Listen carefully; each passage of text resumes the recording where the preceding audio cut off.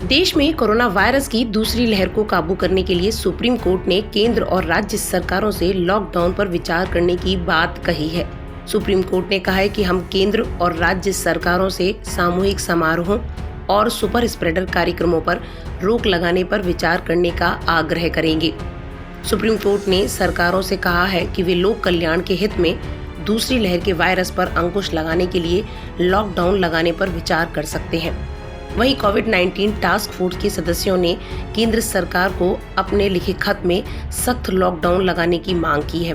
Task force के सदस्यों ने अपने लिखे खत में लिखा है कि देश में कोरोना संक्रमण और इससे मरने वालों की संख्या में लगातार इजाफा हो रहा है।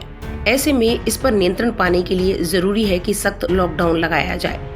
बता दें कि इस टास्क फोर्स में कई एम्स और ICMR जैसी संस्थाओं के विशेषज्ञ शामिल हैं। एक्सपर्ट्स के मुताबिक कोरोना पर नियंत्रण पाने के लिए कंप्लीट लॉकडाउन लगाना जरूरी है, क्योंकि अगर वायरस के प्रसार को इंसानों में फैलने से रोकना है तो राज्यों में ही नहीं बल्कि पूरे देश में कंप्लीट लॉकडाउन लगाया जाना चाहिए। जानकारों का कहना है कि ऐसा करने से कोरोना के केस लोड कम होंगे। केवल 2 सप्ताह के लिए भी सख्त लॉकडाउन लगाया जाता है तो कोरोना के केस लोड, मृत्यु दर और संक्रमण के रेट में कमी आ जाएगी और कोरोना का प्रसार रुक सकता है।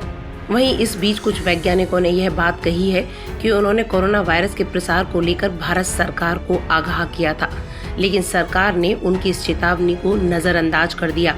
सरकार द्वारा स्थापित वैज्ञानिक सलाहकारों के एक मंच ने भारतीय अधिकारियों को मार्च में ही चेतावनी दी थी।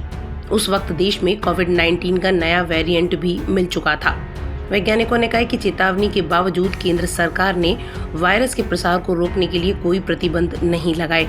प्रधानमंत्री नरेंद्र मोदी और देश में सत्तारूढ़ पार्टी के बड़े नेता और विपक्षी पार्टियों के नेता राजनीतिक रैलियों में लगे रहे। वहीं कुंभ जैसे धार्मिक समारोह में भी लाखों की संख्या में लोग जुट गए। बात करें किसान आंदोलन की तो हजारों किसान दिल्ली के बॉर्डर पर डटे रहे।